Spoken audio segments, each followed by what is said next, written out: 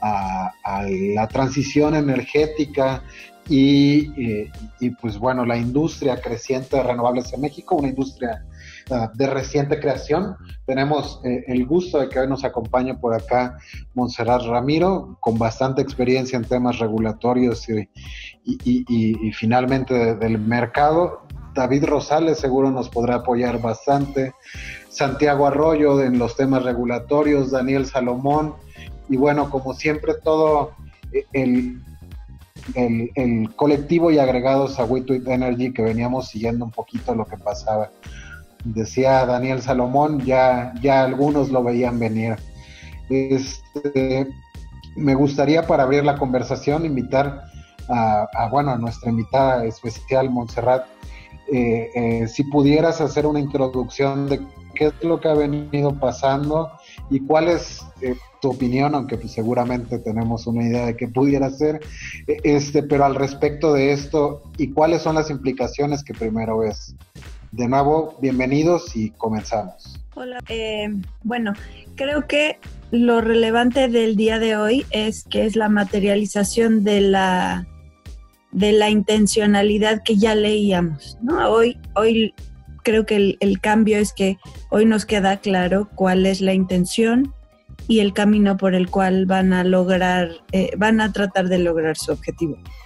Más allá de si tienen derecho o no y la ilegalidad de la medida, creo que lo más preocupante para mí es el daño no solo a la inversión privada, que es definitivo, pero al país.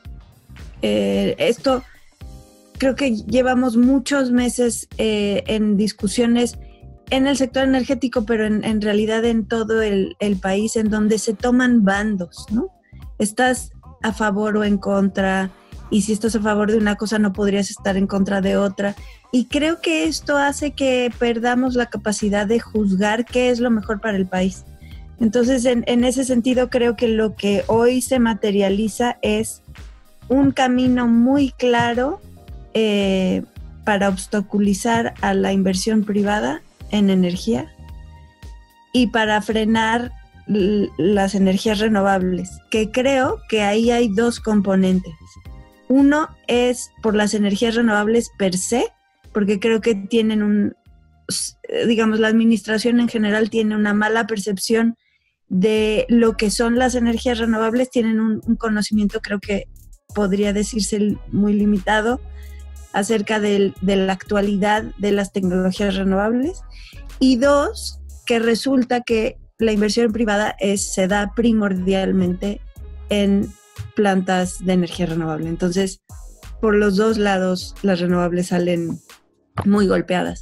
Por otra parte, hay un total desdén o desinterés, dejémoslo en desinterés, sobre los temas ambientales. Entonces, lo de hoy es el corolario perfecto al acuerdo anterior, y lo que hoy se materializa es la capacidad de CENER para tomar control sobre el sector en general y otorgárselo a la CFE para que pueda volver a ser, creo que el volver a ser es muy cuestionable, pero digamos que vuelva a ser un actor preponderante en el sector eléctrico, con una desatención a las cuestiones, a los impactos que esto puede tener en precios, en subsidios, en tarifas, etcétera. Ahí lo dejo. Me gustaría, dado los sucesos que ya bien cita hoy Montserrat, pasarle la pelota a un internacionalista.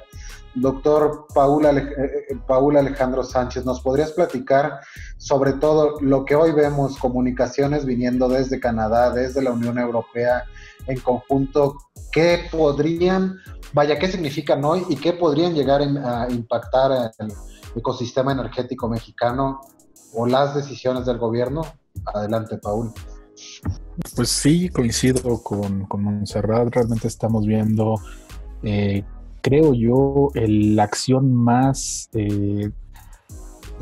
fuerte contra la institucionalidad y me atrevería a decir no solo del sector energético, sino en realidad de la 4T. Realmente aquí, por ejemplo, la Guardia Nacional, pues hubo un draft, se trató, digamos, de discutir. Ha habido canales, aquí ha sido cerrazón tras cerrazón tras cerrazón, Y incluso es muy interesante ver, y para esto tomando tu pregunta, ni los gremios, ni la industria, ni las embajadas realmente le han dado su espacio. Sabíamos desde el inicio que esta administración traía una visión diferente, se respetó, se le dio su espacio, dijeron, bueno, está bien, van a cambiar algunas cosas, pero que se hagan pues conforme a la ley, ¿no? Y aquí nos están enseñando una vez más que en este país, al menos el sector energético se quiere regular con base en acuerdos. Y eso es un problema porque le da a todas las bases institucionales que establecieron no solo la reforma energética, sino en general, pues toda la historia energética de nuestro país. O sea, se ponen en riesgo inversiones de gran calado, se ponen en riesgo o se dejan de manera discrecional muchos temas. Sí, es bien sabido por muchos de nosotros que de por sí es difícil negociar con CFE. Vas, te sientas y te dicen, bueno, sí, me regalas, con gusto te conecto, solo necesito baterías, unos 100 kilómetros de línea de transmisión, refuerzo de fibra óptica y redes de comunicación digital. Bueno, está bien, al final de cuentas lo que quiere la gente es hacer negocio. Entonces, cuando llegas a una situación como esta, donde te están poniendo traba tras traba tras traba, y finalmente llegamos a esto donde lo podemos ver en 5 actos. Primer acto, sale una publicación de emergencia, entrevistan a la secretaria y dice, no, claro que esto es temporal, pero estamos viendo. Entonces ya ahí nos estaba dando una idea de qué iba a pasar. Segundo acto, se tratan de saltar a la CONAMER, lo tratan de publicar en el DOF. El DOF dice, espérame, necesito que me lo apruebe CONAMER. Tercer acto, lo mandan directo a CONAMER pidiendo la extensión de MIR. Cuarto acto, renuncia el director de CONAMER. Quinto acto, hay un nuevo director, bueno, un encargado de despacho que lo nombran así a bote pronto, y en menos de 24 horas tenemos un acuerdo publicado, un acuerdo que va por encima de leyes, por encima de la Constitución, por encima de todo. Entonces te está diciendo cómo otra vez es un tema de control, es un tema de quiero controlar la política energética desde CENER. Incluso la manera en que lo plantean es a través de la coordinación. La CRE tiene que sujetarse a mí prácticamente, es lo que están diciendo. Entonces, la reacción, pues claro, después de tantos golpes, primero una cancelación de subastas, luego problemas, digamos, que hemos visto como con los ductos y tantas cosas que han pasado, y al haber sido, digamos, tratar de establecer mecanismos de mediación y todo, llega un punto en que no hay oídos en el gobierno para trabajar. Y pues a la gran diferencia de lo que pasó en los ductos, donde empezaron con problemas legales y rápido se resolvió precisamente escaló internacionalmente, pues quizás estamos viendo algo muy similar. Ahora sí, las embajadas de Canadá y un comunicado conjunto de la Unión Europea es lo primero. Quizá vamos a ver algo de Estados Unidos y otros países que tienen inversiones en México. Son inversiones muy grandes, ahorita están al amparo de una visión del sector energético. Y voy a ser un poquito quizá provocador aquí. Se vale. Lo que no se vale es saltarse las instituciones, tratar de decir voy a hacerlo así. Si quieren correr con ese peso de reformar la reforma de hacer una contrarreforma energética, deben cargar con ello. Pero esto de hacer todo a través de decretos, ya habían detenido en alguna ocasión al diario, una publicación de la CRE en el Diario Oficial de la Federación, te habla de todos los poderes fácticos que están circulando aquí, y eso es lo grave, es lo peligroso. Y bueno, aplaudo que haya un esfuerzo más grande y más amplio. Espero que las organizaciones se sumen, porque si no vamos a tener un sector que va a terminar sucumbiendo a decisiones como esta, una política que en menos de 24 horas queda implantada. Gracias, Paul, por la opinión. El impacto internacional sin duda es algo delicado. David Rosales, esta vez te cambié la mano como moderador para poder tenerte como participante. Tu experiencia desde el sector público y regulatoria no es menor. ¿Nos podrías platicar un poquito cómo ves tú esto? Las trancas que se brincan, las deficiencias en el proceso y el impacto en el mismo, ¿cómo se modifica o rompe?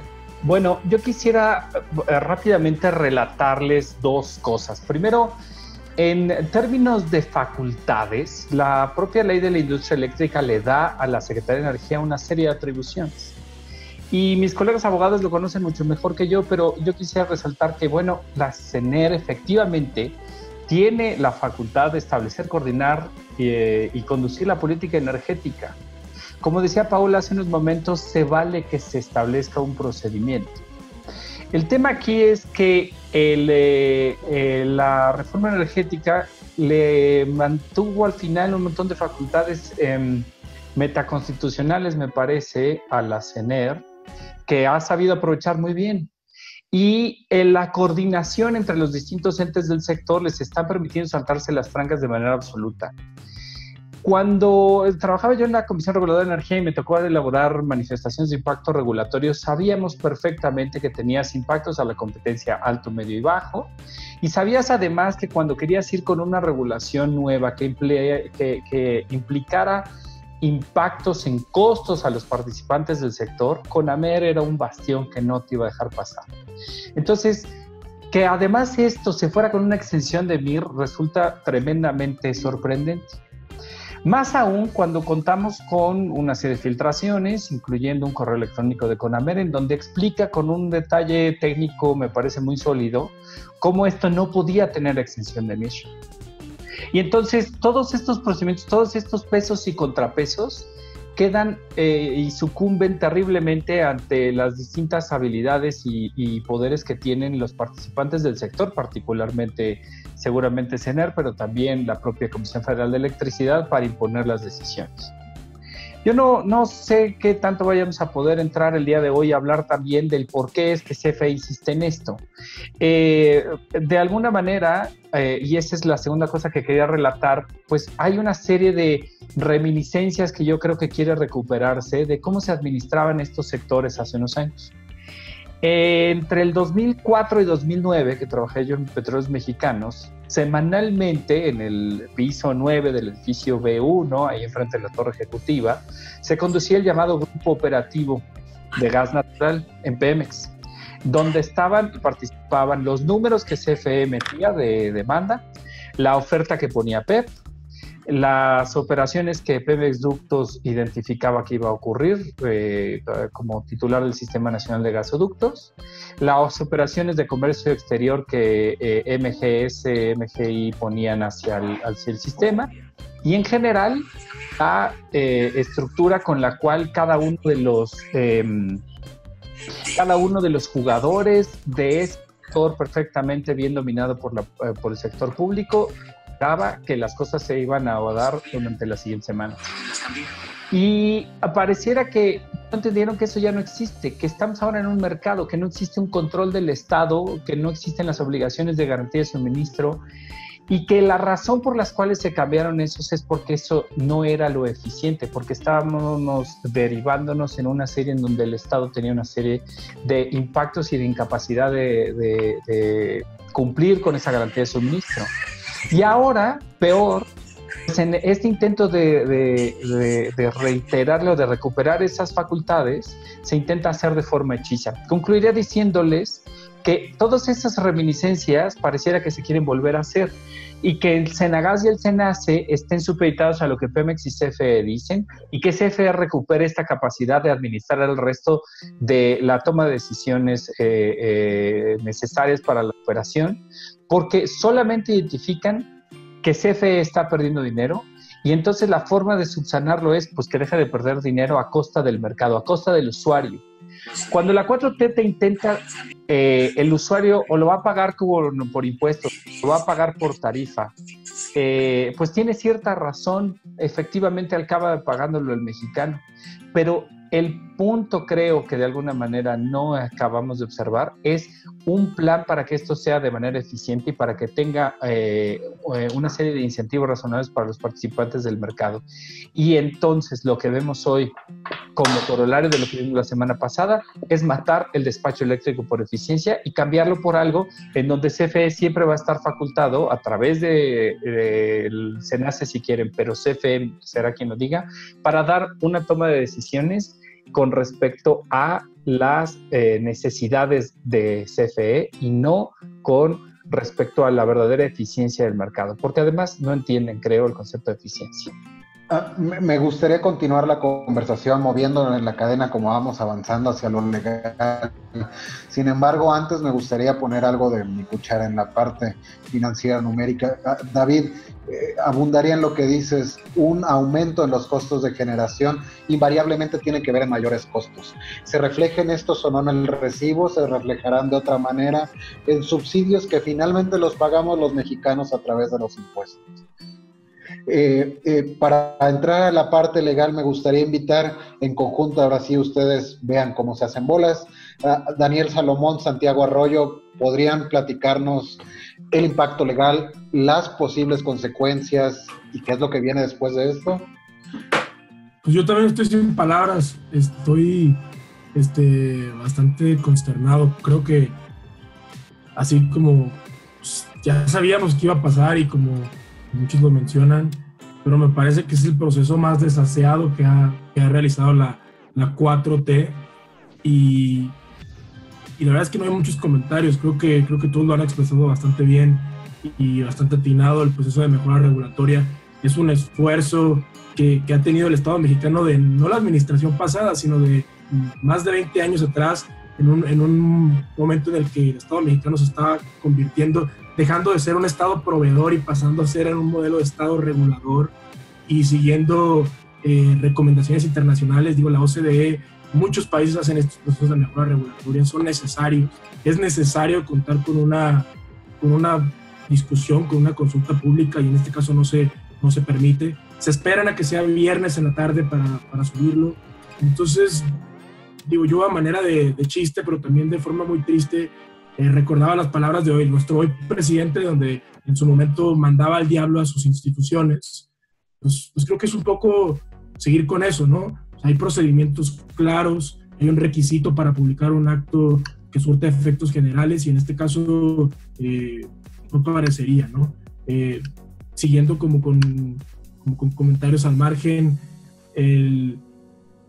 la película de La Ley de Herodes tiene una escena que a mí me da mucha risa antes, que era cuando Varguitas le contaba sobre el cambio de la Constitución, ¿no? Y es que parece que era gracioso porque eran etapas revolucionarias, pero pues como dice Paul, estos cambios, este acuerdo tiene elementos que vulneran la ley de la industria eléctrica, tiene elementos que vulneran el diseño constitucional y la forma es lo que es ofensivo, ¿no?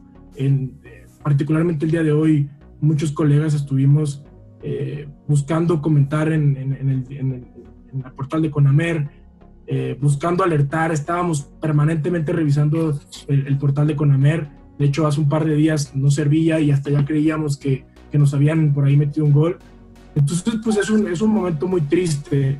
Los efectos jurídicos, y con esto cierro, que tal vez parece que el otro fue un discurso desmotivador, pero los efectos jurídicos en cierto punto son positivos porque el amparo que seguramente vendrá por todas las implicaciones que tiene eso, ya no solamente va a versar sobre temas de fondo, sino también sobre temas de forma.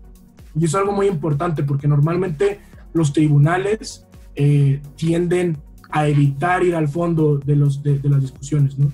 Si nosotros podemos demostrar que desde el procedimiento, desde un tema de facultades, el acuerdo no tuvo por qué publicarse, es más fácil que obtengamos en un primer momento una suspensión del acto y en un segundo momento que podamos obtener un resultado favorable, ¿no? Por parte de los jueces.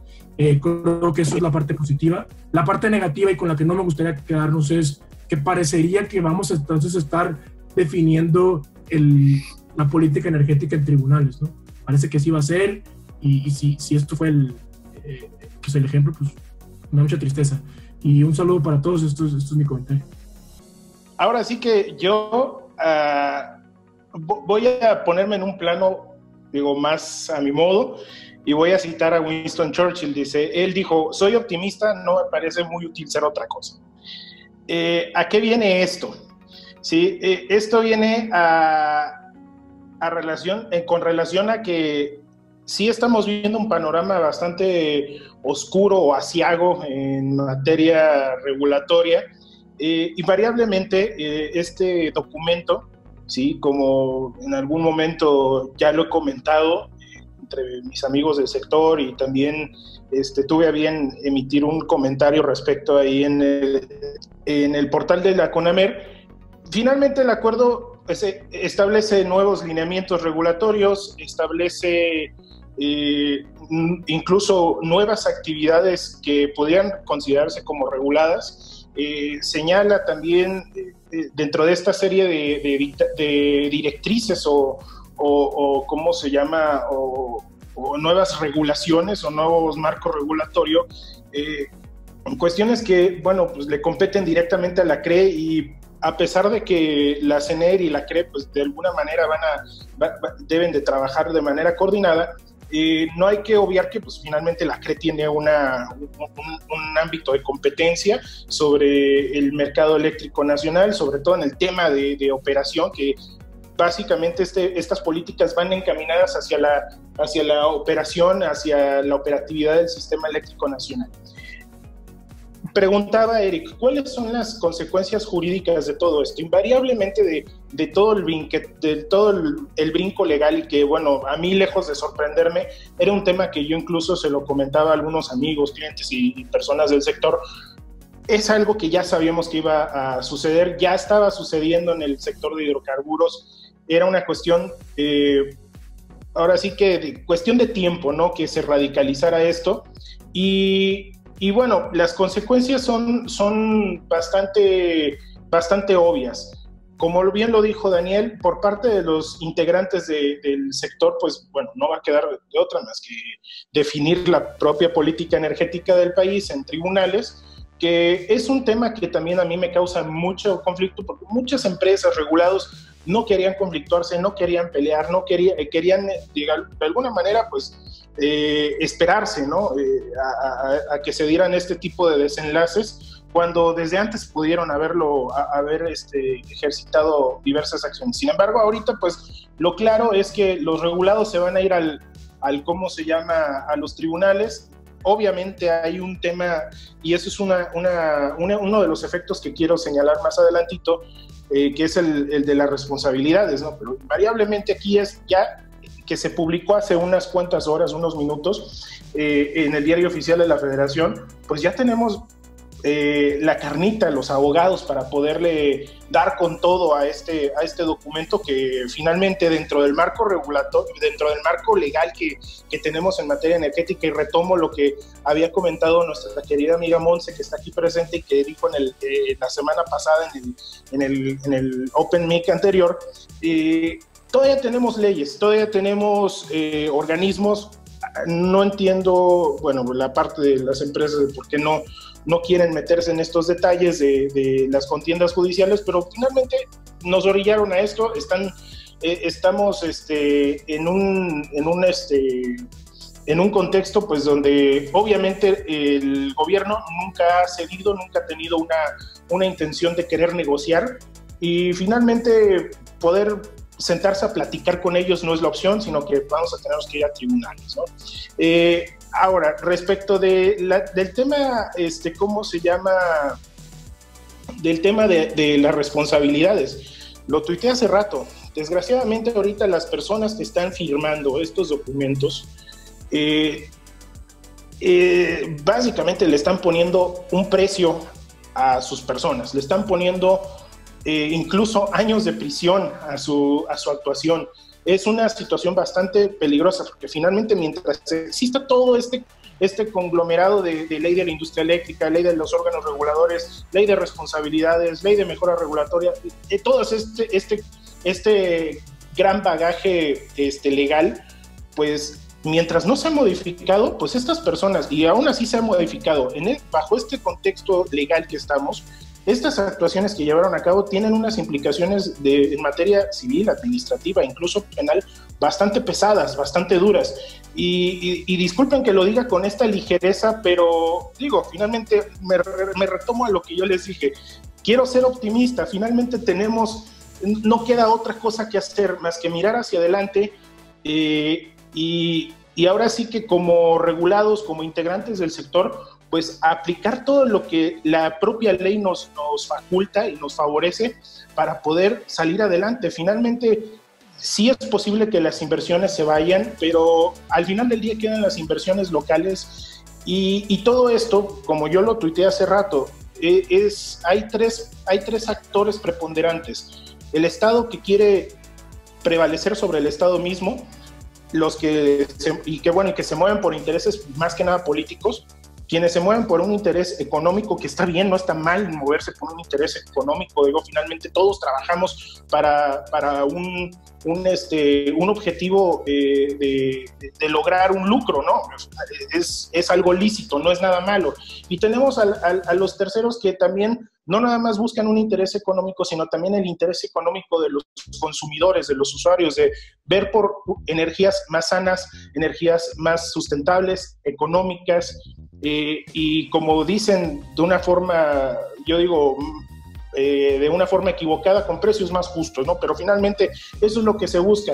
Y estos últimos dos son los que, mientras tengamos este marco regulatorio, van a prevalecer. Y las personas que están ahorita ya concluyendo, que están ahorita firmando todos estos documentos, le están apostando a no sea a impunidad, o no sea a algo, una cuestión política que a lo mejor les va a otorgar alguna clase de inmunidad e impunidad, pero al final del día sus firmas están ahí plasmadas, los documentos existen, el antecedente está, y nadie tiene la vida comprada, nadie tiene el futuro escrito, y ahora sí que va a depender realmente de los que integramos este gran sector energético, pues de saber qué vamos a hacer, ¿no? Si realmente vamos a tirar la toalla y dejar que estos sujetos hagan lo que quieran, ¿sí? O realmente vamos a continuar con lo que la ley nos permite poder hacer para subsistir y para lograr, ahora sí que acceder a energéticos de forma sustentable y con una eficiencia económica, ahora sí que sea considerablemente buena. Es sin duda tanto preocupante, pero como dices, deja una señal positiva. Si aquí sí lo queremos ver optimista, hay opciones para trabajarlo. Víctor Ramírez, sé que traes agenda para hoy mismo, este tema te debe tener apurado. Eres una de las voces, yo creo, más activas en defensa de los renovables en México. Me gustaría conectarlo junto con Bernardo Castillo después de ti. ¿Qué dicen los renovables y la industria verde al respecto de todo esto? ¿Qué es lo que estamos viendo? Primero, que se puede violar el Estado de Derecho en este país sin el mínimo pudor, que se puede hacer de al lado a la gente que hace las cosas institucionalmente, a la gente que hace respetar la ley sin pudor alguno, que la salud de los mexicanos, el bienestar de los mexicanos en el largo plazo, que la salud de los ecosistemas mexicanos no tienen importancia. De lo que se trata es de conseguir una gloria petrolera, aunque ya ni siquiera se pueda lograr en el futuro. ¿Qué nos están diciendo? Que a este gobierno que llegó por el pueblo no le importa, sino solamente le importa sus fantasías y sus fetiches petroleros. ¿Qué nos están diciendo? Que el Estado de Derecho solamente es para aquellos que están de aquel lado, pero si el pueblo tiene que hablar, para el pueblo no hay voz y no se escucha. Nos están diciendo prácticamente que están cancelando una parte del futuro de muchas generaciones, de miles de personas que se han preparado y que están intentando empujar una transición energética pues basada en renovables y en una mejor vida para todos. Y pues eso es lo que están diciendo. El sector, déjame decirte, y un aplauso para todo el sector. El día de hoy, por lo menos todas las asociaciones de energía solar, por primera vez los vi trabajando juntos, unirse. No por primera vez, pero nunca los vi trabajar tan rápido juntos y unirse. Estábamos listos para meter más de 1000 comentarios en Conamer. Y no estoy exagerando cuando te digo 1000 comentarios, porque tengo tan solo en grupos de WhatsApp a 1200 instaladores de todo el país que saldrán afectados con estas medidas. Y pues bueno, la verdad es que es muy, muy triste, genera enojo y genera una frustración de que de verdad necesitamos un gobierno que piense en el futuro y que deje de pensar en el pasado. Perdón que no vaya mucho al centro, estoy de verdad muy molesto y en un ratito entraré a alguna entrevista, primero en radio y luego con algunos medios internacionales. Pero es muy grave, están atentando contra el empleo, están atentando contra la salud, insisto, están atentando contra muchísimas inversiones que ya se hicieron y gracias a las cuales el pueblo bueno por el que ellos votaron, el que renta sus tierras para proyectos solares, para proyectos eólicos, se verá afectado y eso es lo que no están viendo. Estamos frenando un polo de desarrollo, un impulso de desarrollo que traía México para bien, y nos volvieron a ser el país del llamerito, creo. Y no digo más porque creo que estoy bastante molesto. Te entendemos, Víctor. Bernardo del Castillo, para mí es muy claro que financiera y técnicamente hay alternativas que incluso yo llevando toda la vida trabajando en los hidrocarburos, estos como energético están llegando a sus últimos días, sus últimas épocas. ¿Qué nos podrías platicar de ello? Pero antes de eso me gustaría invitar y llamar a platicar después de que hagas esta participación. Abril Moreno, eres una especialista en temas de comunicación y tu visión política nos gustaría poder tenerla después de esta participación de Bernardo. Bernardo, adelante, por favor. A ver, es que no hay que perder de vista que el mercado y los combustibles fósiles, un poco siguiendo en la línea de Víctor, están siendo desplazados seriamente por otras alternativas por muchas razones. No es nada más que si el petróleo y que si el gas y que si etcétera. Tiene que ver con medio ambiente, tiene que ver con la salud de la gente, tiene que ver con los impactos ambientales tan tremendos que ha tenido el sector petrolero históricamente y que no son en este momento realmente el punto de discusión, sino que es momento de buscar otras alternativas. Se habla mucho de eólica, se habla mucho de solar, se habla de mareo motriz y últimamente anda zumbando por ahí la alternativa del hidrógeno, que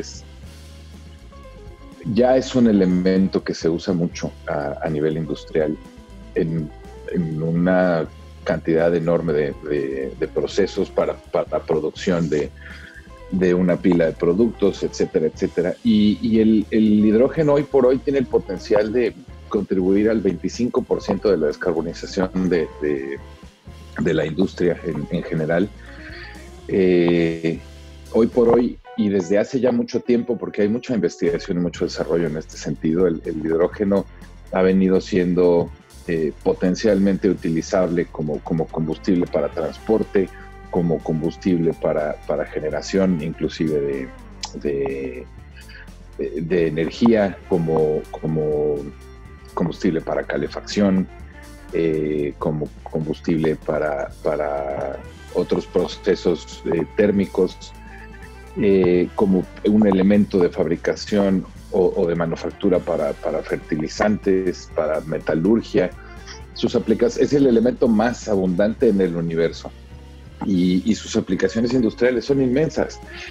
Y incluso en producción de petróleo y en procesos de destilación sigue teniendo aplicación. Hoy por hoy sería posible convertir todos los hornos de las refinerías modernas que trabajan con gas para que utilicen un 30% de hidrógeno, por ejemplo, sin necesidad de hacerle nada al horno. Hoy por hoy tú puedes llegar y decir, venga, a lo que ya tenemos de gas le ponemos un 30% de hidrógeno y para adentro, ¿no? Y se habla mucho de hidrógeno verde, y el hidrógeno verde no es otra cosa que producir hidrógeno utilizando energía salida de fuentes renovables. ¿Se puede hacer? Por supuesto, es perfectamente factible, y lo único que se necesita es literalmente instalar y montar proyectos de energía renovable. Es mucho más barato, es mucho más rápido, es mucho más efectivo y es mucho más eficiente que ponerse a montar refinerías, y hoy no me voy a pelear con dos bocas porque siempre que vengo me peleo. Hoy no hay nada de eso. pues es realidad que es el desarrollo y la facilidad, la eficiencia de montaje, etcétera, de las energías renovables, por mucho que haya intermitencia y por mucho que haya toda esta problemática que se ha venido discutiendo sobre, oye, es que si no hay viento no sirve la eólica, y si no hay sol, pues no sirve la solar. Pues sí, pero en algún momento empezarán a utilizarse las corrientes submarinas. Hoy hay 4 proyectos en Escocia, en el mar de Irlanda, que tienen montados una especie de aerogeneradores submarinos, es decir, que en lugar de una hélice de avión, lo que tiene es una hélice de barco, que están dando muy buenos resultados. Hay un par de worms en la costa norte de Escocia. Un worm es como una cadena de tambos que lo que hacen es moverse al ritmo de las olas y con esa energía cinética generar electricidad. Es decir, hay una pila de alternativas ya en uso, ya en investigación, ya en últimas etapas de desarrollo para asegurar que la intermitencia no es un problema y para empezar a descarbonizar la industria, descarbonizarla en términos de emisiones, descarbonizarla en términos literal de uso de carbón, descarbonizarla en términos de reducción del uso de combustibles fósiles, que está haciendo muchísima falta y que es un problema serio, ¿no? Que cada vez además está generando más problemas, porque al final lo estamos viendo todos. El pleito ruso-saudí acabó en una reducción de producción que le está partiendo la cara a todo el mundo en términos de mercado y en términos de economía. Ya no hablemos del COVID, ¿no? Y si todo esto lo aunamos a la iniciativa del gobierno de simplemente decir, pues miren, es que las renovables no nos gustan y vamos a potenciar el combustóleo porque resulta que pues hay que potenciarlo, y vamos a potenciar el carbón porque resulta que nos gusta, y vamos a potenciar gas natural, que sigue siendo una de las fuentes de energía más eficientes, no pasa nada, y vamos a potenciar todo eso contra renovables. Están pegándole durísimo al sector privado, que parece ser que no les interesa mucho, pero sin el que no tienen ninguna oportunidad de seguir desarrollando ni tecnología. Creo que por un momento perdimos a Bernardo, pero la realidad es clara, y el mensaje que nos deja: existen alternativas. Incluso sumaría, hoy durante el día estaba la conversación en el propio Twitter y citaba, no solamente el combustóleo per se es una mala idea, el propio combustóleo mexicano cargado altamente de azufre, es complicado colocarlo en el mercado. Entonces no solamente optamos por un producto que tiene impactos negativos en la salud, en el ambiente, que es poco eficiente, sino el propio acabamos por importar más, como ya se vio, porque no es competitivo. Abril, te invitaba ya, tu punto de vista desde la óptica de la política, me encantaría poder recibirlo. Para ello también sumaba en lo privado David Maravillas, si puedes después de Abril platicar, también una voz joven, pero en este tema político. Bienvenidos ambos. Muchas gracias, Eric. Pues sí, mira, bueno, mucho ya se ha dicho de las cosas. Voy a retomar un poquito lo que dijo, lo que estaba diciendo ahorita Bernardo, antes de entrar a la parte política. Y todos sabemos que esta es una cuestión de no de que estén en contra de las renovables, sino es de un exceso de combustóleo y de que tienen, de una ideología en donde quieren volver regresar a este monopolio hegemónico, creo que estamos viendo, si no se logra hacer algo por la vía legal, todavía hay herramientas legales internacionales, pues estamos viendo la nacionalización de la industria eléctrica en este momento. Estamos viendo, a lo mejor suena muy fuerte, pero eso es lo que se está viendo, es regresar a esta parte del pasado. Como lo dijo el presidente, pues le cayó como anillo al dedo, porque todos estos excesos de diésel, de combustóleo, no tienen forma de sacarlas, no tienen forma de venderlas, las tenemos que autoconsumir, además dentro de su plan de político, desde que él llegó, tenía estas vertientes, ¿no? Es tener esta producción solamente había Pemex para generar nuestros propios combustibles y además también darle pie a las termoeléctricas y toda esta parte, todos estos sistemas que tienen que ver con los combustibles fósiles.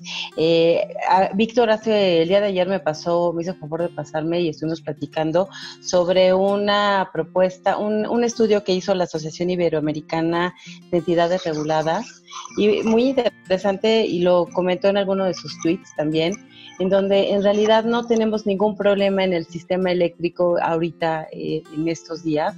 El porcentaje que presentó la CRE de fallas es un 5%, nada que ver con el 30% que se estaba comentando.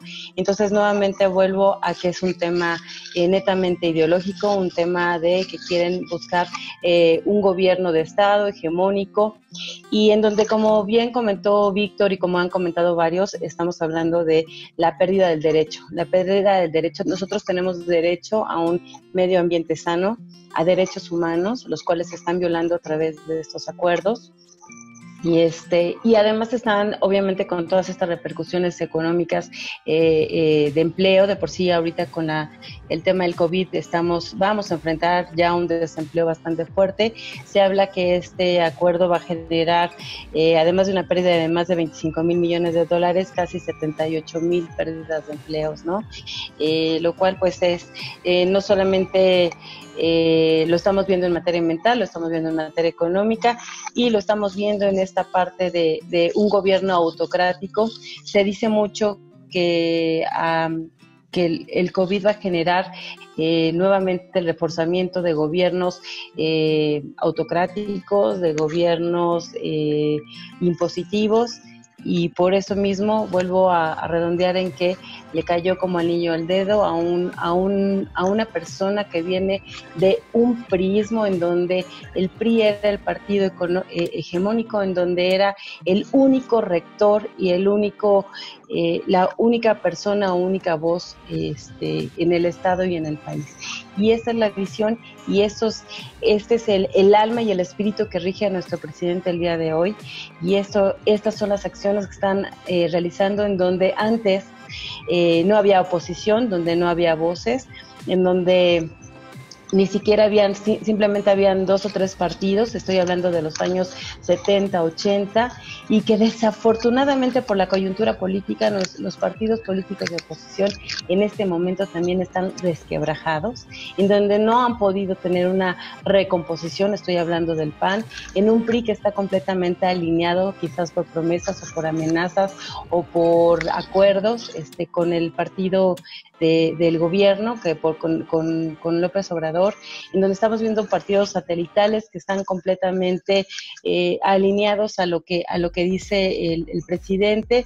Entonces, nuevamente estamos en un panorama político, aunque tengamos más partidos y aunque supuestamente haya una oposición en este país, no existe. Estamos volviendo a vivir un momento como cuando se vivía con Echeverría, con López Portillo, en donde solamente había una sola persona, un solo gobierno, un solo partido, que era el que regía todo. Desafortunadamente, las fuerzas, el PAN, no ha logrado restaurarse del fraccionamiento, de la fricción o del resquebrajamiento político que tiene, y la única vía que en este momento tenemos, además de aquí ya una cuestión muy puntual, es obviamente la parte jurídica, y por otra parte las vías internacionales, los tratados que tenemos.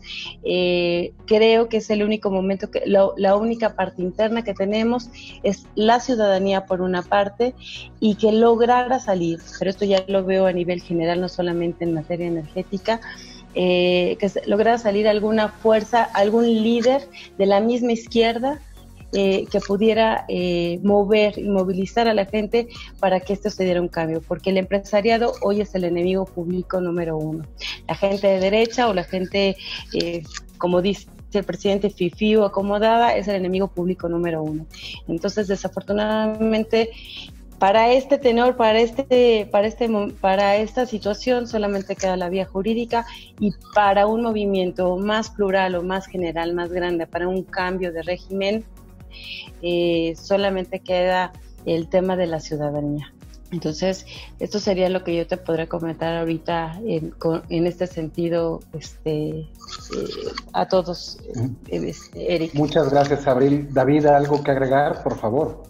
Sí, gracias. Estoy muy en línea con lo que comenta Abril. En el ámbito profesional, la empresa para la que trabaja le brinda asesoría de riesgo político a los grandes inversionistas, principalmente en el sector petrolero, pero también a sus socios financieros, y han seguido de cerca todas las petroleras de las rondas, lo que está pasando en el sector eléctrico. Es lamentable pensar que esto ocurrió de esta manera. Había grandes esperanzas entre los inversionistas de que todavía teníamos mecanismos sólidos de checks and balances que podían impedir que Nale y su equipo pudieran implementar las políticas que estamos viendo hoy. Habíamos interpretado como un signo muy positivo que Segov, Secretaría de Economía, vía CONAMER, habían parado este intento de implementar este acuerdo de una forma pues en lo oscurito, al fast track, violando totalmente las leyes, y eso había dejado esta semana muy tranquila a las petroleras.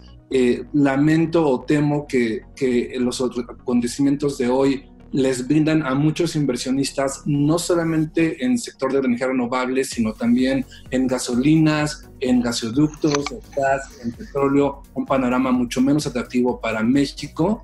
Es también muy preocupante ver, usualmente la línea de mi empresa y mi recomendación con nuestros clientes nunca es irse por la vía legal.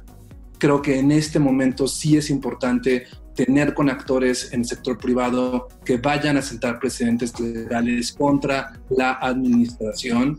Van a hacer demandas, van a hacer procesos.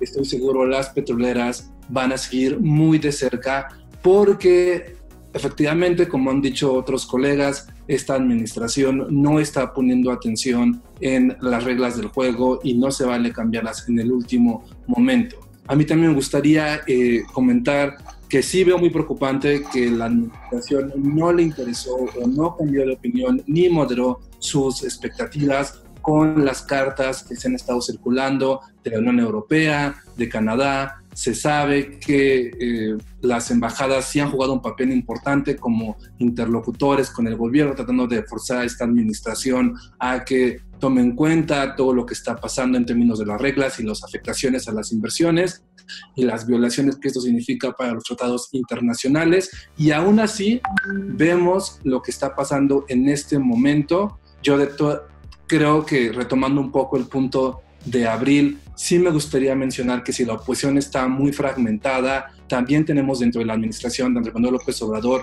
aliados para la inversión internacional en materia de proyectos energéticos. Hay cuadros que continúan defendiendo los proyectos.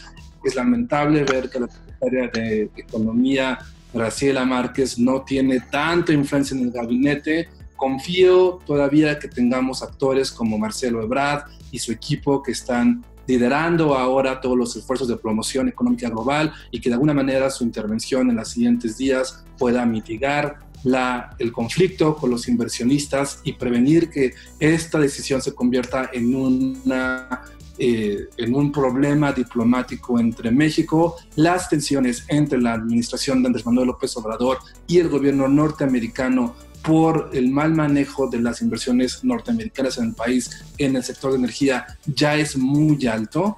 Sí hay grandes tensiones entre la embajada y el gobierno de Andrés Manuel por cómo están deteniendo programas y proyectos, tanto en oil and gas como en renovables, como en gasoductos, y ahora le está sumando a estas tensiones la enemistad de la Unión Europea, el gobierno de Canadá, Inglaterra. Entonces, sin duda, un panorama nada halagüeño. Y concluyendo un poco mi participación, yo lo que esperaría es que tengamos un año en el que vamos a encontrarnos cada vez más situaciones similares.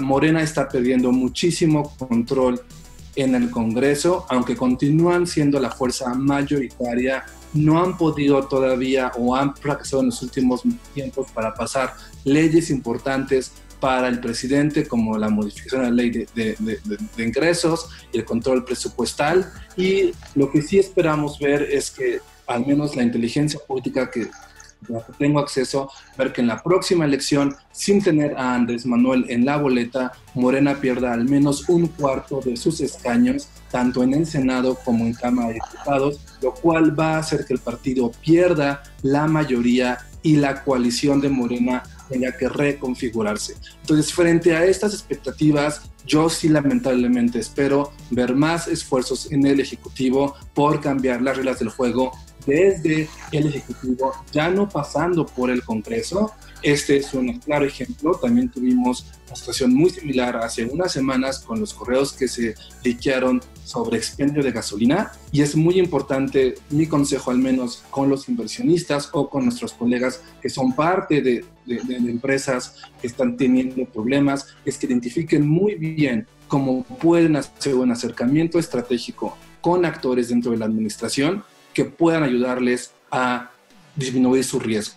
Evidentemente, para las empresas afectadas en esta situación, lamentablemente creo que un recurso legal es lo más adecuado, pero si tenemos colegas en oil and gas, en gasolinas, quizás un engagement estratégico por ahora sea más efectivo, y todos prepararnos para una situación en la que probablemente veamos cambios muy precipitados, mientras no se le ponga un check legal a NALE y no haya responsabilidades penales o administrativas contra la gente del SENACE, contra la gente de CENER, contra la gente. Cierto. Lamentablemente muchos de los burócratas quizás no son los responsables de estas decisiones, eso queda muy claro, pero de alguna manera hay que sentar un precedente legal, y créanme que esto es algo que están siguiendo muchísimos inversionistas, no solamente en renovables. Será todo de mi parte, Eric. Muchas gracias, David.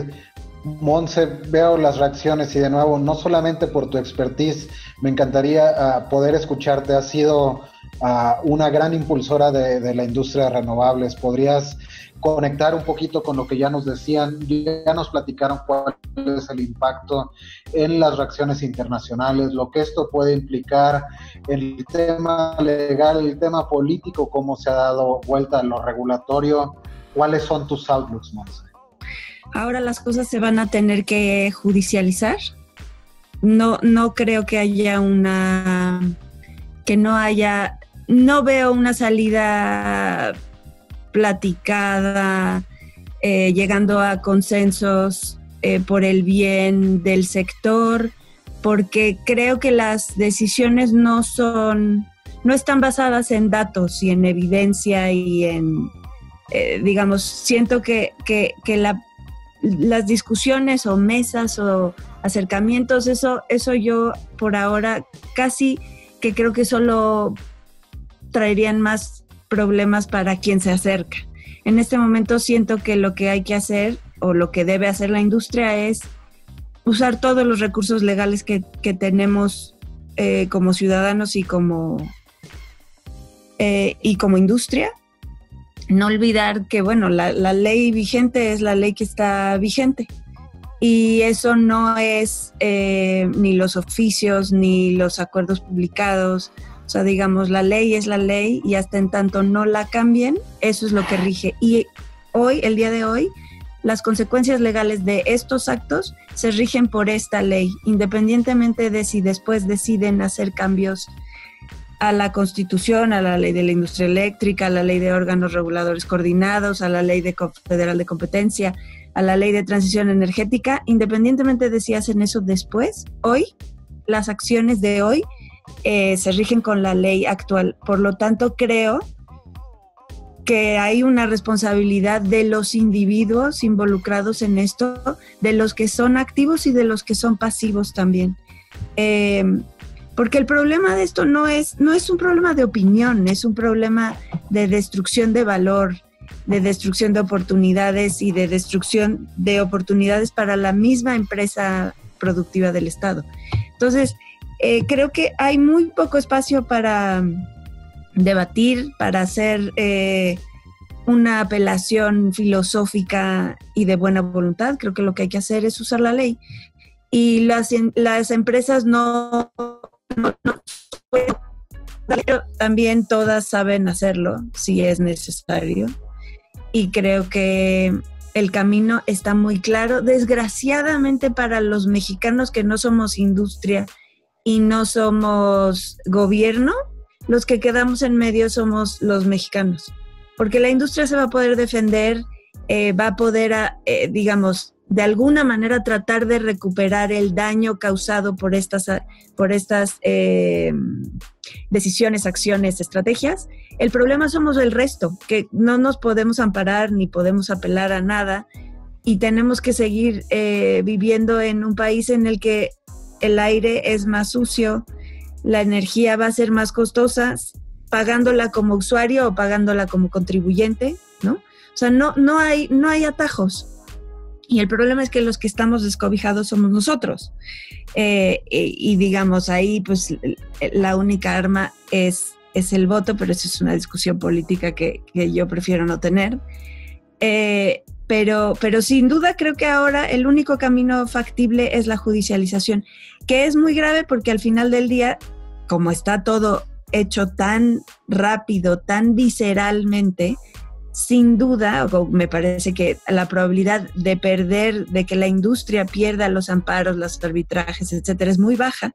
Y por lo tanto México, además de todo, va a tener que pagar esto. Entonces no solo se destruye empleo, valor, etcétera, sino que al final también vamos a acabar pagando indemnizaciones. O sea, es una cosa tremenda. Yo la verdad es que me gustaría poder ser más optimista. Creo que el optimismo pasa por tener que caminar el camino designado por la ley, actuar con toda determinación, porque en este caso creo que insertos en el mundo en el que vivimos, ir en contra de las renovables es un absurdo mayúsculo. No hay manera de justificar algo de esta magnitud. Hay muchas cosas que pueden acomodarse, ¿no? O sea, no sé, decir, bueno, los costos de CFE transmisión, pues aunque no sean eficientes, reconózcanlos porque, perfecto. Digamos, hay muchas cosas que se pueden discutir. Frenar la integración de renovables en un sistema eléctrico como el mexicano es muy poco controvertido. O sea, está mal, no le sirve a nadie. Entonces, creo que lo que va a pasar es eso, judicialización, procesos largos, costosos, y quizá el funcionario público va a tener que aprender, o estos funcionarios públicos van a tener que aprender que a veces el riesgo personal es mayor que el riesgo de perder tu empleo, ¿no? Entonces es algo que van a tener que desgraciadamente les va a tocar tener que aprender. Deja en shock lo que nos platicas y es muy cierto. Ya los colegas abogados platicaban, esto no solamente puede impactar en el empleo de las personas que toman las decisiones, los firmantes, como dicen, sino en temas de libertad, y eso no deja de ser menos grave. Uh-huh. Me pedía la palabra ya desde antes Daniel Salomón, me gustaría cederlo, pero hay un tema que me gustaría que Elía Villeda, un participante importante de la industria renovable en México, nos ayudara a abordar. Cuando hablamos de impacto en empleos, en inversiones, después de Daniel, Elía, me gustaría que nos platicaras cómo crece toda la cadena de valor de las renovables y qué tan grande puede ser este golpe. Daniel, el micrófono es tuyo. Muy concreto y es un poco inspirado, en gran parte inspirado por lo que comentó Montserrat. La ley es la ley y al final de cuentas es algo que no tenemos que perder de vista. He venido trabajando hace un tiempo en un proyecto personal y de carácter académico y jurídico que busca hacer una distinción entre dos cosas dentro de las leyes, tanto de hidrocarburos como de electricidad. Una es qué es un principio y qué es una regla. Y eso es muy importante porque hay muchas obligaciones dentro de la ley de la industria eléctrica y dentro de la ley de hidrocarburos que pueden entenderse o que tienen connotaciones jurídicas de estos dos tipos. Sin duda, esta situación de que me hagan un acto y yo voy y me amparo, pues obviamente tiene un efecto individual. Es decir, cada parte va a ir a buscar lo que el acto le está generando. Pero creo que nuestro deber como abogados o como especialistas del sector energético es empezar a tener una discusión más orientada a educar a los jueces. Algo que me preocupa mucho a mí de la judicialización del sector energético es que es un sector muy complicado. Es un sector complicado incluso para las personas que nos dedicamos a ello. Y una persona que se dedica a resolver amparos de múltiples materias, después tienes un amparo de tarifas o tienes un amparo de este tipo, puede ponerlo en predicamentos. Los jueces tienen, por ciertas obligaciones o por cierta interpretación administrativa, la tentación de ser deferentes. Es decir, de asumir cierta discrecionalidad que tiene la autoridad por reconocerle esa preparación o esa especialización. Hay una jurisprudencia de la Suprema Corte que habla del modelo de Estado regulador y reconoce que el sector energético pues, es complejo. Uno de los principales miedos que tenemos al respecto es eso, que esa deferencia se vaya a dar en estos casos. ¿Qué es lo que creo que debemos de estar buscando? Además de estar amparándonos en cada uno de las afectaciones que tenemos, empezar a hacer una distinción entre principios. Una regla es una obligación, es decir, yo tengo que darle acceso abierto al que me pida una solicitud dentro de 30 días. Pero ¿qué tal si hablamos del principio de acceso abierto? Cuando las decisiones regulatorias se encuentren en conflicto, poder decir, oye, ¿cuál de estas decisiones privilegia más el principio de acceso abierto? Yo hice alguna lista o he estado trabajando en alguna lista y me gustaría comentárselas. Por ejemplo, en Upstream he encontrado que pudiéramos construir un principio judicial con la maximización de la rentabilidad del Estado. No la maximización de la producción, la maximización de la rentabilidad. En el caso de Midstream ya se los adelantaba, el acceso abierto, generar condiciones para que más usuarios puedan utilizar infraestructura, no discriminación en la prestación de los servicios. Lo mismo en materia ambiental y en materia social. Las manifestaciones de impacto regulatorio, de impacto ambiental y de impacto social, se pueden ver como obligaciones fijas, pero también se pueden ver como principios. De fondo está el principio de que las actividades energéticas deben de tener el menor impacto ambiental y el menor impacto social, y para eso hay una serie de pasos. Y por último, en materia eléctrica, que es toda la confrontación y es por lo que me animo a platicarles de esto antes de que pueda estar mi artículo publicado, es porque tenemos justamente una colisión de principios. Por un lado tienes el principio de confiabilidad del sistema eléctrico y por otro lado tienes el despacho eficiente, que si lo ves por otro lado es una obligación, pero también puede ser un principio de la industria. Y añadiría también la estricta separación de las empresas en el sector energético. Creo que eso es muy importante, empezar a orillar a que nuestros tribunales, si bien no le van a entrar al tema de tarifas y no van a entender los nodos y no van a entender cuánto gas se puede mover en un gasoducto, que sí empiecen a ser familiarizados con los principios dentro del sector energético. ¿Para qué? Para cuando un perito dé un resultado, ellos puedan puedan obtener una interpretación que más se apegue a estos principales elementos que las leyes buscan salvaguardar. Si logramos hacer eso, nuestras discusiones en los tribunales van a ser más eficientes, vamos a tener un resultado judicial que además sirva para darle feedback al regulador y que este regulador no pueda seguir cometiendo estas arbitrariedades. Entonces, se los dejo sobre la mesa. Muchas gracias por el espacio. Gracias, Dani. Elie, adelante, el impacto y de dónde se origina hasta dónde puede llegar. Estaba en la tarde justamente cuantificando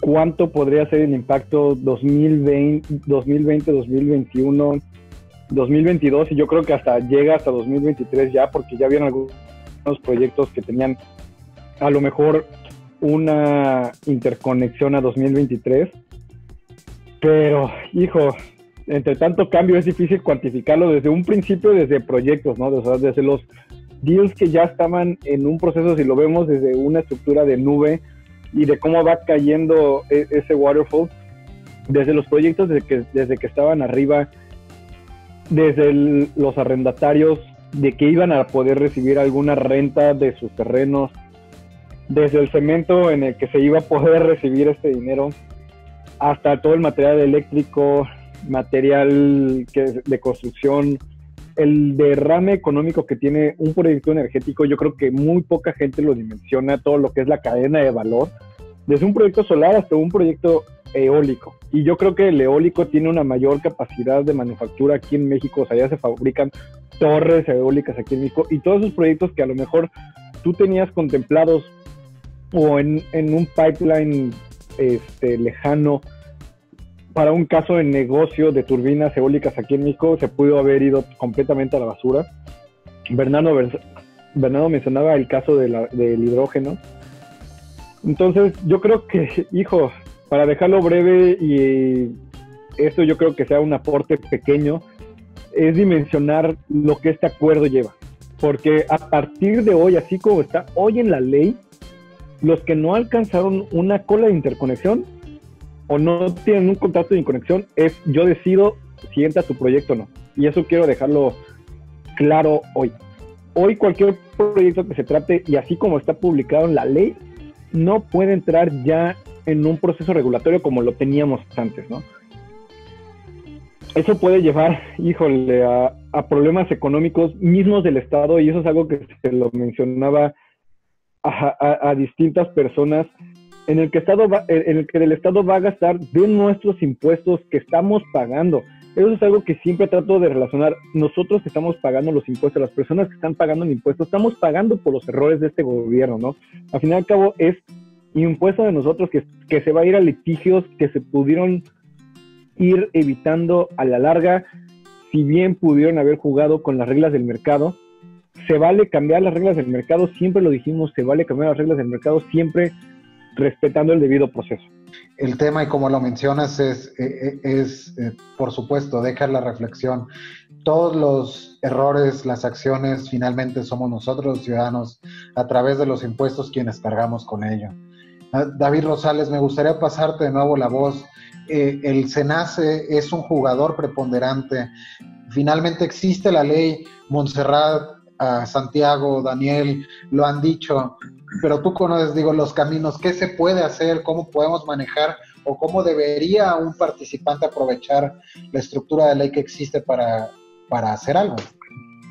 Gracias. Bueno, pues a ver, justo un día como hoy se separa la Standard Oil por los temas de competencia que traía, y de manera simultánea estaba teniendo una posición monopólica en el transporte, no por ser un dominante necesariamente en el sector de hidrocarburos en su origen. Bueno, pues a CFE se le separa SENACE precisamente porque la transmisión, que es el monopolio natural, es el que da las condiciones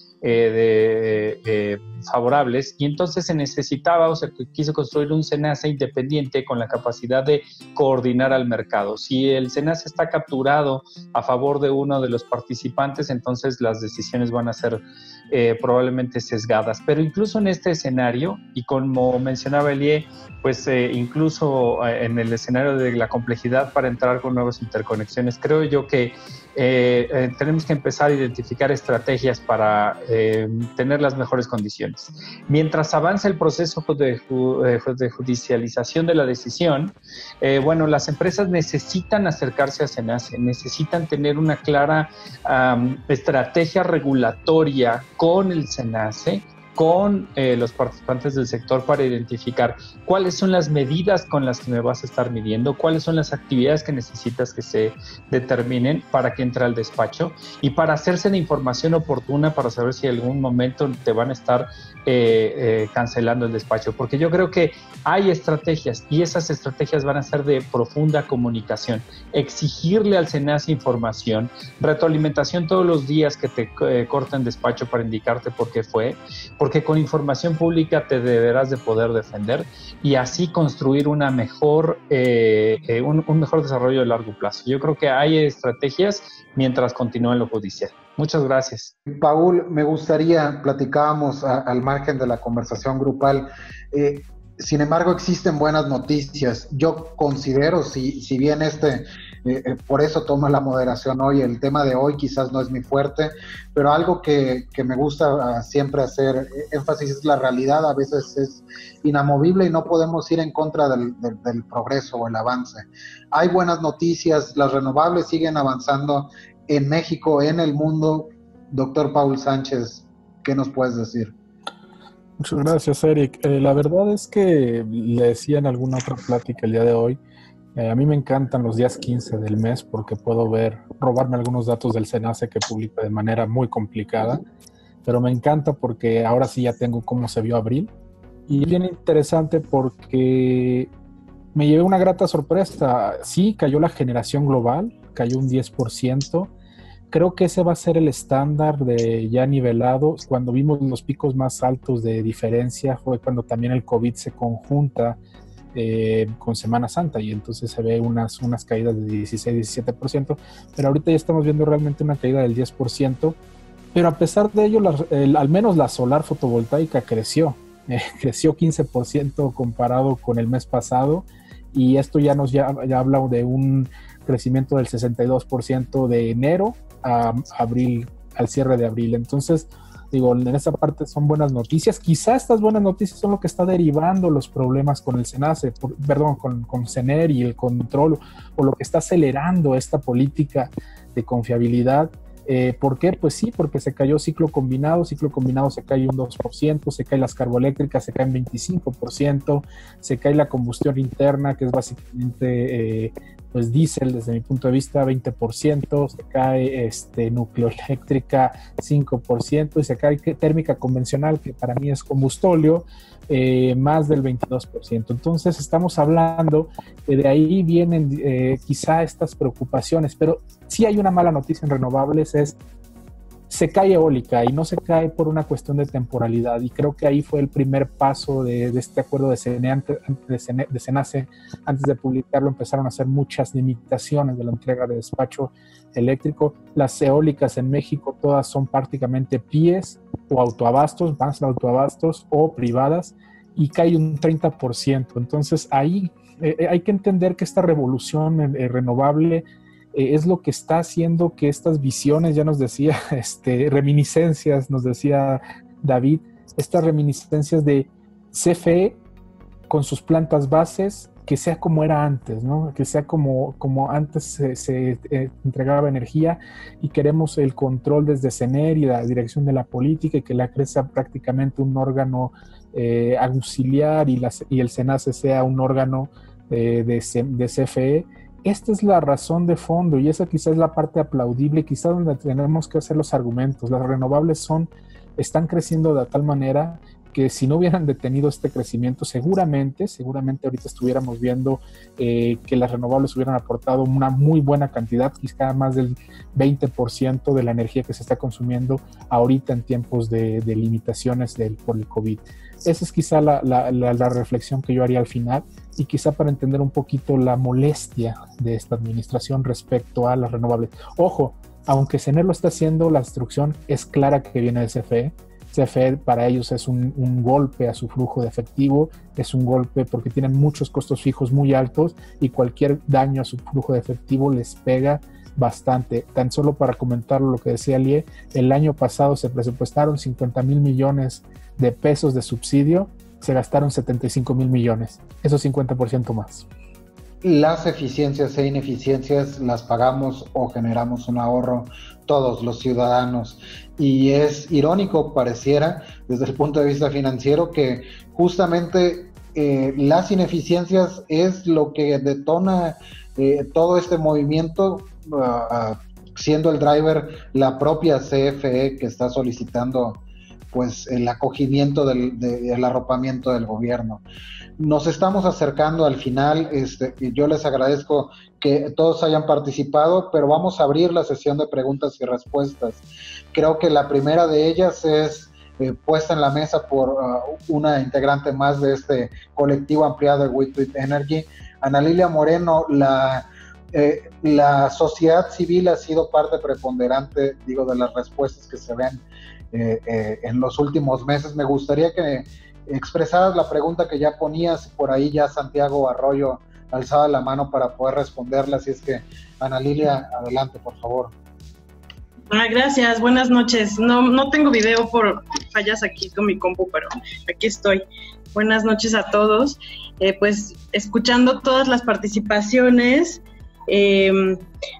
rescato mucho lo que dijo Abril sobre en el tema político. Entendemos que sí, la vía judicial será el camino a seguir en los próximos meses, pero creo que también en términos de la participación de sociedad civil no hay que olvidar que este camino ideológico que se construyó y que hoy es el que rige la política, nació también de movimientos sociales y de una narrativa que sabemos bien que evoca el pasado, y bueno, de esto ya se ha hablado mucho en el foro, y que lo que necesitamos pues es mirar hacia el futuro, y sí, la iniciativa privada en mucho está un poco atada de manos para hacer muchas cosas por su papel y su rol, pero también creo que la alianza del sector civil con universidades, con centros de investigación como México Evalúa, donde estoy yo, pero también hay las asociaciones ambientalistas. Creo que podemos hacer mucho en construir una narrativa de futuro, ¿no? Rescatando lo que dice Monse, lo que mencionó Bernardo. El futuro está ahí, e ir en contra de las renovables es absurdo, y más absurdo en el lenguaje de los jóvenes y en el lenguaje de las personas que sí queremos construir un futuro para nuestros hijos, incluso nuestros nietos. Hay gente de la generación boomer que está muy consciente del cambio climático y de los retos que está enfrentando el planeta, ¿no? Entonces yo sí siento que en México todavía no le entramos bien a generar una masa crítica de visión de futuro. Y más allá de los partidos políticos, que ahí también yo tengo todos muchísimas dudas sobre por qué están tan pasivos, creo que el vacío que se está generando se puede llenar con un discurso muy fresco y muy optimista de cómo construir futuro, ¿no? Y creo que bueno, si los proyectos de renovables que están en peligro también voltean hacia lo local y hacia lo muy específico, generación distribuida, proyectos que se puedan salvar de esta ola de ataques que son totalmente absurdos, pero que puedan generar historias de éxito, ¿no? Otro tema creo que también Paul lo toca muy a menudo, que es el de la pobreza energética, ¿no? O sea, el poner en el centro al consumidor, al menos en la narrativa, el generar documentales, el generar historias, el participar con un enfoque más positivo también en redes sociales y en medios, puede ir construyendo esta masa crítica que sea como un contrapeso y una opción a futuro, y que pueda ayudar al contraste, ¿no? Porque creo que el sector energético es complejo y hay que explicar lo complejo con palabras sencillas, y la forma más fácil de hacerlo muchas veces es con historias. Cómo las historias se traducen en experiencias concretas de afectaciones a los consumidores, de cómo las tarifas por estos cambios van a impactar a las familias, van a impactar a las colonias, y cómo la novedad, ¿no? Cómo la tecnología sí trae buenas soluciones, y la gente puede encontrar pues historias cercanas a su vida. Creo que eso puede ir construyendo a futuro. Claro, es ir sembrando, no son soluciones de corto plazo, pero sí necesitamos ir generando este tipo de proyectos y este tipo de comunicación.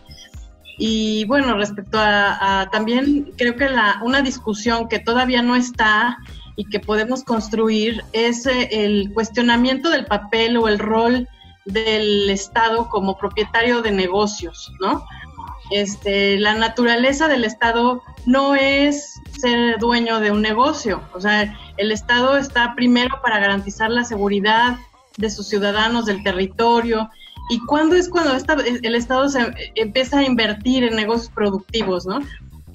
Muchos países están repensando el cómo actuar como propietarios responsables y además de nueva generación.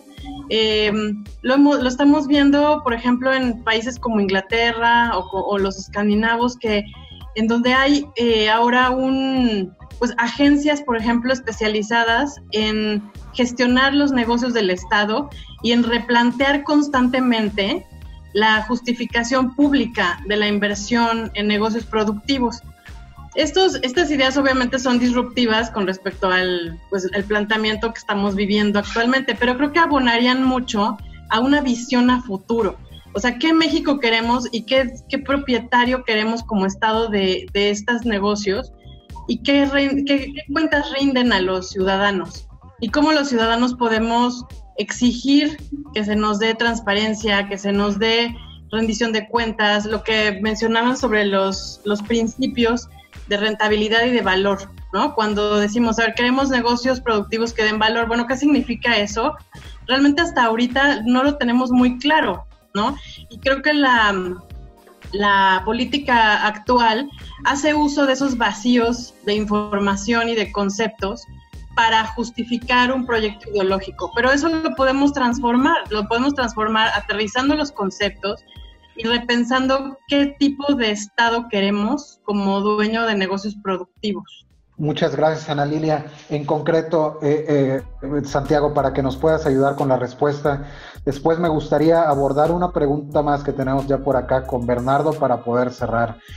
Santiago, ¿se puede impugnar constitucionalmente el acuerdo y la política energética? ¿Hay cancha abierta para que los congresistas de oposición presentaran acciones o controversias? ¿El Ejecutivo se encuentra actualmente invadiendo competencias del Legislativo o es un área gris? No, en lo absoluto. De hecho, hay mucha, ¿cómo se llama? Mucha materia. Diría Gonzalo Monroy, hay mucha carnita con ese tema constitucional. De hecho, de entrada, lo que referíamos de los amparos, el amparo es un mecanismo de protección constitucional, pero que, bueno, ese se le otorga a los particulares, ¿no? A los ciudadanos. En el caso de lo que plantea Ana Lilia en su pregunta, pues cabe señalar que efectivamente está la acción de inconstitucionalidad y la controversia constitucional.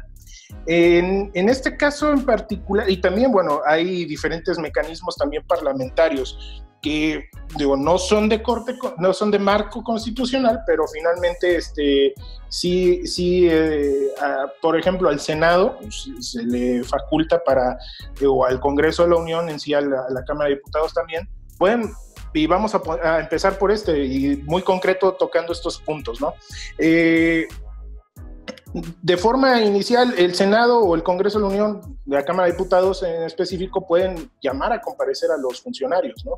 Y decirles, oye, pues, ¿por qué? Preguntarle al presidente de la CRE, oye, ¿sabes qué, mano? ¿Por qué no aplicaste algún mecanismo de ¿cómo se llama?, de protección constitucional de tus facultades ante esta situación, ¿sí? Y ahí el presidente de la CRE tendrá que responder, obviamente, el por qué no lo hace o por qué lo hizo, y si lo hizo de una forma poco eficaz, pues también ahí ¿cómo se llama?, lo tendrá que justificar. Y en caso de que las áreas, digamos, jurídicas o de análisis de los congresistas encuentren alguna cuestión irregular, pues pueden dar vista a los órganos internos de control, y es donde yo les comentaba que finalmente los funcionarios, lo que firman el día de hoy, les pesa, o sea, se están cargando una losa como el pípila en materia de responsabilidad civil, administrativa y penal muy grande. O sea, una omisión que la CRE, en este caso específico de este acuerdo, que la CRE sea omisa en aplicar un mecanismo de impugnación constitucional que le faculta, y aparte, digamos, está legalmente obligado a hacerlo porque le están invadiendo su esfera competencial, pues si no lo hace, está incurriendo incluso en conductas ilícitas, ¿no?, que contempla el Código Penal del ¿cómo se llama?, de la Federación. Eso es por cuanto ve a los congresistas, cómo pueden hacer, y específicamente las ONGs pueden ejercer presión sobre los congresistas. Y ya desde el punto de vista de los mecanismos ya propiamente dichos de la Constitución, que son la controversia y la acción de inconstitucionalidad, incluso los estados, los municipios que tienen inversiones en materia de energía eólica o de renovables, solar y todo eso, digo, haciéndolo como decía ¿cómo se llama?, Daniel Salomón, haciéndolo bien pensado, haciéndolo bien las cosas. Ingresar un amparo no es nada más porque hay un amparo, ya no, porque es un tema muy técnico, muy bien pensado. Incluso los ayuntamientos, los gobiernos estatales, a través de sus agencias de energía, ellos pueden incluso impugnar esta situación que les causa un detrimento. Finalmente se van a generar, como decían todos los demás panelistas, se pueden generar empleos, se están perdiendo empleos, se están perdiendo inversiones, se están perdiendo mil cosas. Entonces, en ese sentido, sí existe, para concluir este espacio, sí existe la forma de combatir esto. Finalmente, creo fue David o Paul quien mencionó que mientras exista este marco legal, pues hay la forma de combatirlo y se puede combatir, y tan como lo dijo Monse, los resultados serán positivos muy seguramente en la mayoría de los casos donde se plantea una controversia, incluso en materia internacional, que también tiene un cierto dejo de carácter constitucional, atendiendo al artículo 133 de la Constitución, donde le da valor a los tratados internacionales y al mercado y a la materia mercantil internacional. Entonces, digo, finalmente aquí hay una oportunidad donde todos pueden combatir esta situación y finalmente es cuestión de, como lo tuiteé hace ratito, ahorita el tiempo corre, el tiempo apremia, y es cuestión nada más de que se apliquen todos los que quieran participar en esta gran fiesta contenciosa. Muchas gracias, Santiago. Bernardo, afortunadamente regresa tu conexión y me gustaría hacerte una pregunta del público a ti, que has tenido la fortuna de trabajar en distintas latitudes en varios países, lo cual implica distintas regulaciones, distintas políticas, formas de hacer negocios. La pregunta es la siguiente, viene de la audiencia. ¿Podemos pensar en que las empresas no podrían esperar 4 años más a Coto, considerando las acciones que va tomando el gobierno, y entonces empezar a rematar sus negocios, abandonar México como lugar de inversiones? Las empresas ya estaban abandonando México, Eric. Aquí mismo, en esta zona, en el Golfo Pérsico, hay muchos desarrolladores de proyectos grandes, pequeños, de muchos países distintos. Y desde el año pasado, y desde un poco antes en realidad, desde hace un par de años ya se venía hablando de que México no era una buena oportunidad de inversión. Sin embargo, había muchos desarrolladores europeos que estaban muy interesados en México por el potencial, vamos a decirlo, ¿por qué no? Porque la reforma energética daba oportunidad, y porque realmente el potencial de inversión es bueno, porque había muy buen potencial de retorno. Es decir, tú podías hacer un proyecto y realmente empezar a ver beneficios pronto, porque había condiciones. Hoy no hay. Entonces, no es una cuestión de si las empresas en 3 o 4 años dejarían de invertir en México. Ya no hay expectativas de inversión. Y con este acuerdo menos, no más lejos que hace un par de meses en donde trabajo. Estábamos en una reunión en la que se hablaba de potencial de mercados y de inversiones nuevas y etcétera, porque estamos en un proceso de expansión muy importante, y la gente de financiero decía: a México ni con paletas, es que no vamos por una sola razón, la incertidumbre, no hay otra razón. La gente de desarrollo de negocio había estado hablando de una buena serie de posibilidades y de asociarse incluso con algún desarrollador europeo para llevar proyectos a México, y la incertidumbre simplemente implica que muchas de las empresas que desarrollan proyectos renovables están diciendo que no, porque no hay garantías, porque no hay ninguna estabilidad, y porque nadie sabe si tú vas a ir a montar tu proyecto y a medio proyecto te van a decir: ¿sabes qué? Pues que acabamos de matar tu iniciativa, ya está, y te vas de aquí. Entonces, cuando se trata de regulación, el problema está en que todos los países, como lo dices, tienen una regulación distinta. Todas son parecidas, detalles más, detalles menos, pero al final toda la regulación establece un principio que es fundamental, y es la protección de la inversión privada como un elemento de impulso a las políticas energéticas de los distintos gobiernos que hay. Tú tienes que ser, en muchos sitios, tú tienes que ser capaz de demostrarle al Estado que lo que quieres hacer tiene algún beneficio. Es como montar un parque eólico en el mar. Tú vas con el gobierno y le dices: mire, esta zona tiene potencial. ¿Cómo lo sabe? Pues tengo 10 años investigando. Perfecto. Después de eso llevas el concepto de tu proyecto y entonces, pues muy bien, su concepto me gusta. Diseñelo, diseñas el proyecto, te aprueban el diseño, una vez que esté el diseño aprobado, entonces ahora sí, métale lana y póngase a trabajar, pero ya tienes gastados $20 millones antes en investigación, en asociaciones varias con diferentes socios que te pueden dar información, etcétera, etcétera. Eso en México no está sucediendo, dejó de suceder hace a lo mejor 18 meses y ya no va a suceder en las circunstancias actuales. Y con acuerdos como el actual, menos, porque no da ninguna garantía ni ninguna seguridad en el sentido de que tu inversión, y recordemos que incluso todo el mundo dice, es que la solar es muy barata, no. Un proyecto de 305, 350 megawatts cuesta $500 millones, no es barato. Vamos a decir que no es tan caro, no. Si tú le metes esa cantidad de lana a un proyecto y no te la van a regresar o no vas a ver ningún resultado de esa inversión, ya está. No, simplemente no sucede. No hay una empresa que se vaya a jugar el pellejo de esa manera, porque $500 millones, aunque seas Shell, que es una petrolera inmensa y que tiene unos revenues espectaculares, Shell no va a perder $500 millones. Es tal cual. Muchas gracias, Bernardo. El futuro no suena halagador con las acciones que se han estado tomando y el impacto que puedan tener, más considerando que apenas hoy compartía David Rosales, se cumple el primer cuarto apenas de esta administración.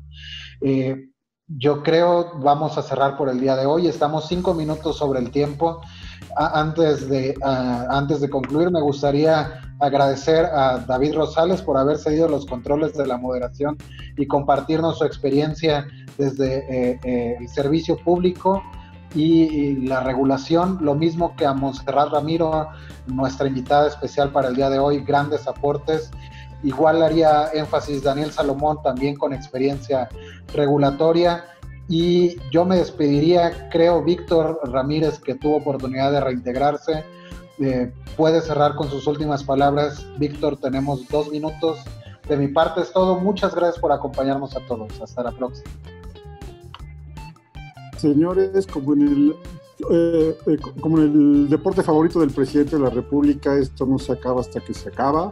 Viene la judicialización y ahí nos vamos a ir a extra innings y tenemos que llevar nuestros mejores pitchers, llevar nuestra mejor defensa y vamos a sumarnos para pegar de home run y energía renovable para todos. Muchas gracias.